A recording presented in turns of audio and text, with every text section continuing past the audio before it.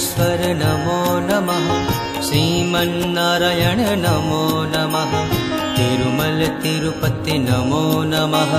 जय बालाजी नमो नमः। जय श्री गणेशाय नमः। ओम नमो भगवते वासुदेवाय नमः। शालिनी भक्ति सागर में आपका बहुत बहुत स्वागत है।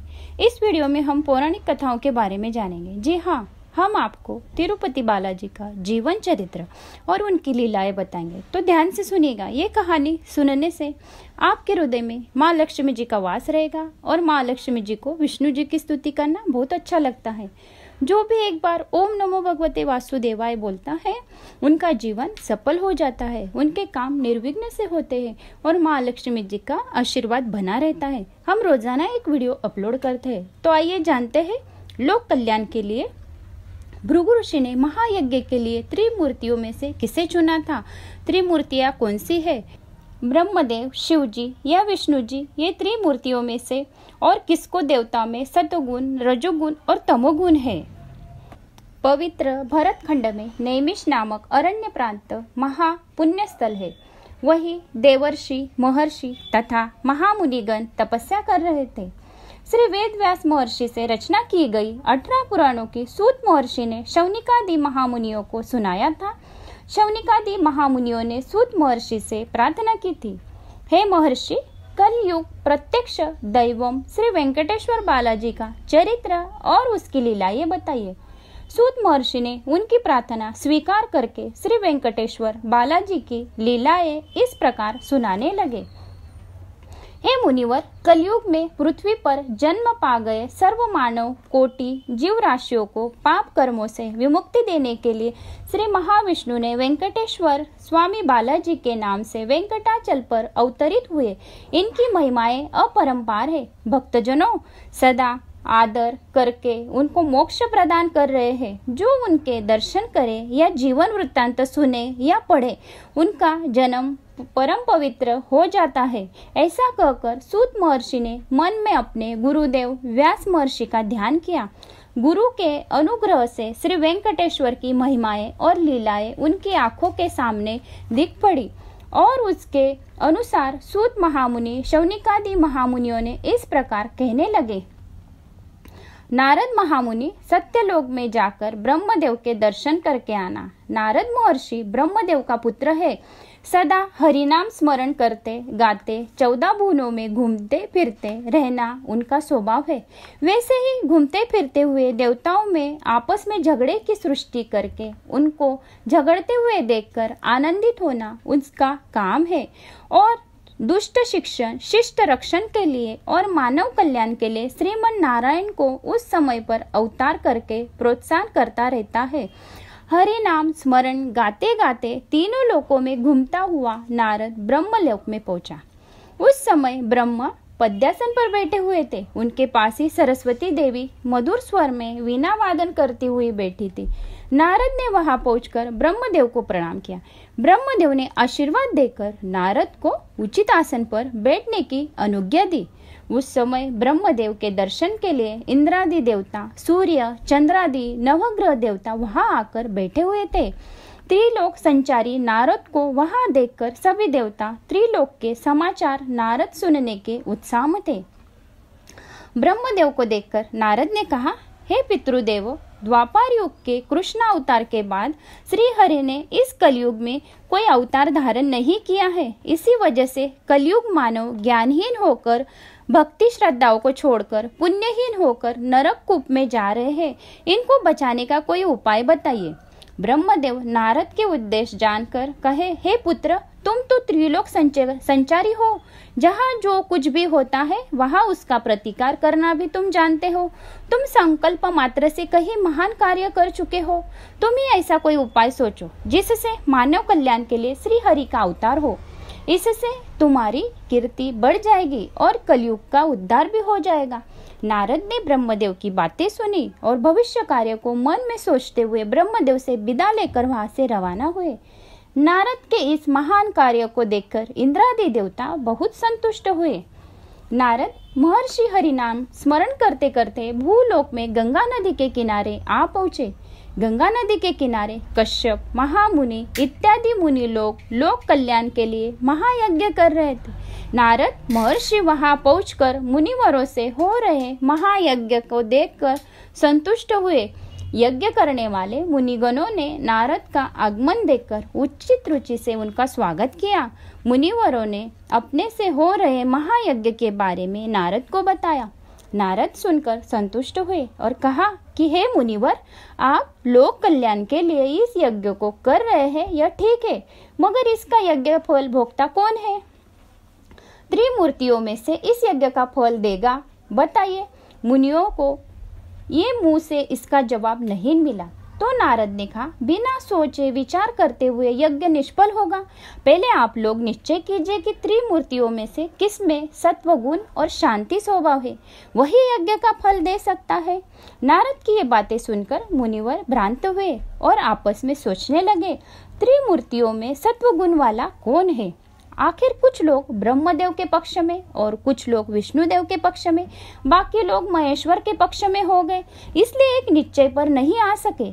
बाद में आपस में इस बात पर कलह होने लगा। मुनिगण ये छोड़कर आपस में लड़ने लगे। यज्ञ स्थल युद्ध क्षेत्र बन गया। मंत्रों के उच्चारण के बदले दूषण भाषा की वर्षा होने लगी। यह देखकर नारद ने मुनियों से कहा, हे मुनिवर, आप लोग आपस में लड़ना अच्छा नहीं है। आप लोगों को पहले यह जानना चाहिए कि त्रिमूर्तियों में से सत्व गुण किसमें अधिक मात्रा में है। सत्वगुण, रजोगुण, तमोगुण नामक इन 3 गुणों में सत्वगुण प्रधान है।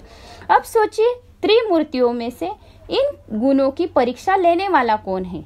नारद की इस सलाह को सुनकर कोई भी आगे नहीं आ सका और किसी में भी त्रिमूर्तियों की परीक्षा लेने की ताकत नहीं थी। आखिर नारद ने बताया, आप लोगों में से श्रेष्ठ तपोधन भृगु महर्षि है। भृगु महर्षि यह परीक्षा कर सकते हैं, ले सकते हैं।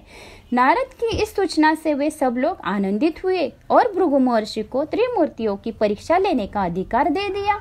भृगु महर्षि भी नारद की इस सूचना को मान लिया और त्रिमूर्तियों की परीक्षा लेने निकला।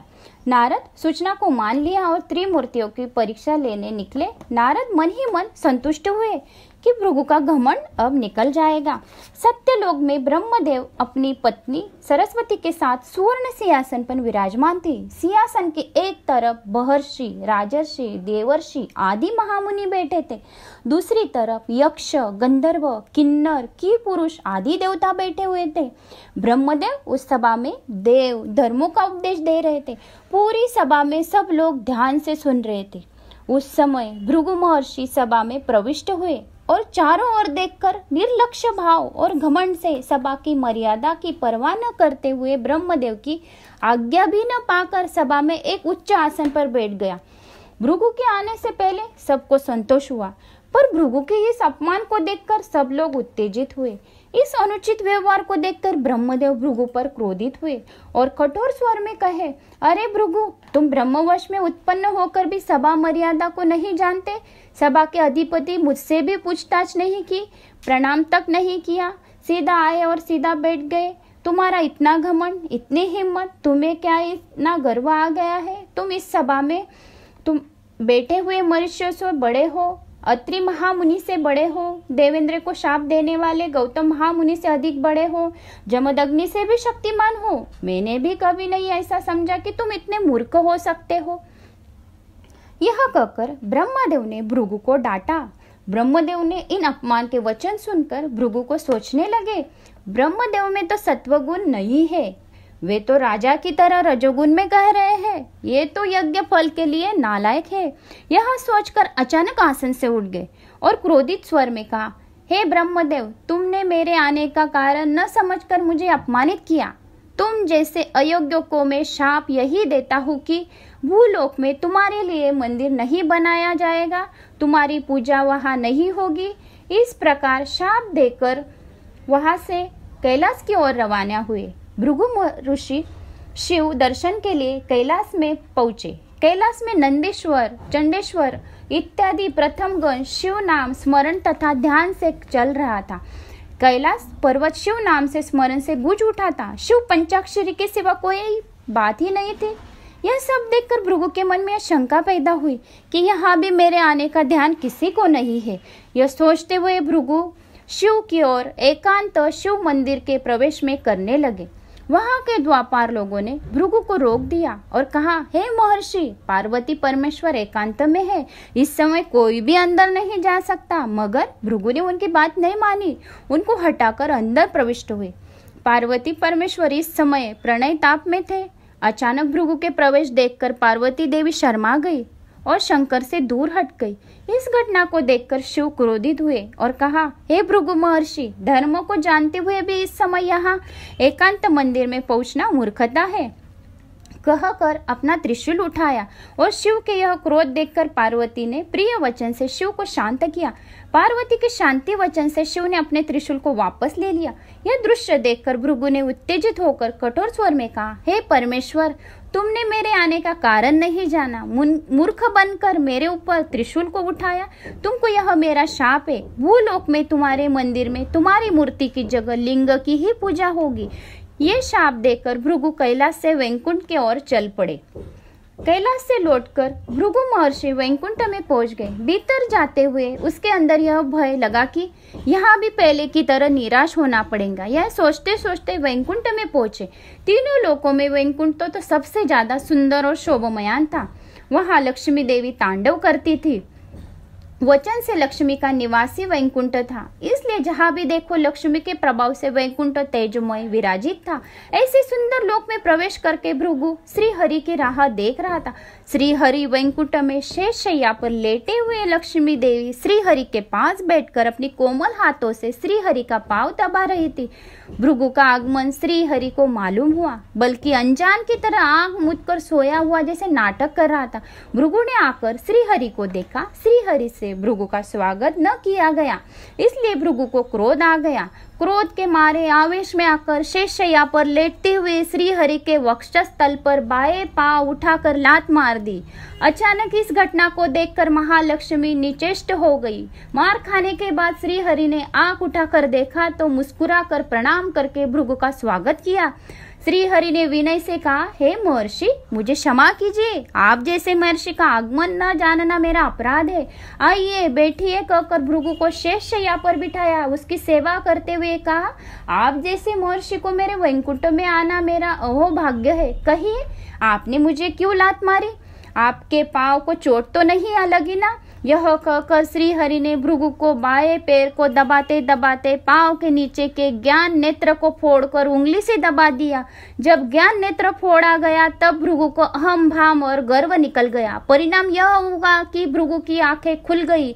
बाद श्री हरि से की गई सेवा को देखकर भृगु शेष शैया से उठ गया और दुखित होकर दीन स्वर में श्री हरि से प्रार्थना की, हे भगवान, हे वैकुंठवासी, मुझे क्षमा कीजिए, मैं आपका अपराधी हूँ, पापी हूँ, मुझसे की गई भूल इसका प्रायश्चित नहीं है। मेरे जैसे पापी को जरूर शिक्षा मिलनी चाहिए। यह कहकर भृगु श्री हरि के चरणों पर गिर पड़ा, चरणों का आलिंगन कर रो पड़ा। श्री हरि ने भृगु के आने का कारण समझ लिया और मुस्कुराते हुए बोले, अपने पैरों पर गिरते हुए भृगु को उठाया और कहा, हे भृगु, तुम निरपराध हो, निमित्त मात्र हो, इसमें तुम्हारी भूल कोई नहीं है। तुम्हारी वजह मेरी कीर्ति बढ़ जाएगी। मैंने तुझे क्षमा की है, अब तुम निश्चिंत रहो। तुम जो आशाएं लेकर आए हो वह अवश्य पूरी होगी। श्री हरि के इन वचनों को सुनकर भृगु अत्यंत आनंदित हुए। श्री हरि को नमस्कार करके भूलोक लौटा। भूलोक को लौटकर भृगु गंगा नदी के किनारे आ पहुंचे और कश्यप आदि महामुनियों को अपनी त्रिलोक यात्रा का अनुभव बताया। भृगु के इस साहस का कार्य को कश्यप आदि महर्षि सुनकर आनंदित हो गए। भृगु ने कहा, हे कश्यप महामुनि, इस यज्ञ की फल का योग्य त्रिमूर्तियों में केवल श्री हरि ही है, इसलिए श्रीमन नारायण को यह फल मिलना चाहिए। अगर आपको मेरी ये वीडियो पसंद आई होंगी तो कमेंट बॉक्स में ओम नमो भगवते वासुदेवाय नमः जरूर लिखें और बने रहे शालिनी भक्ति सागर के साथ। जय श्री बालाजी।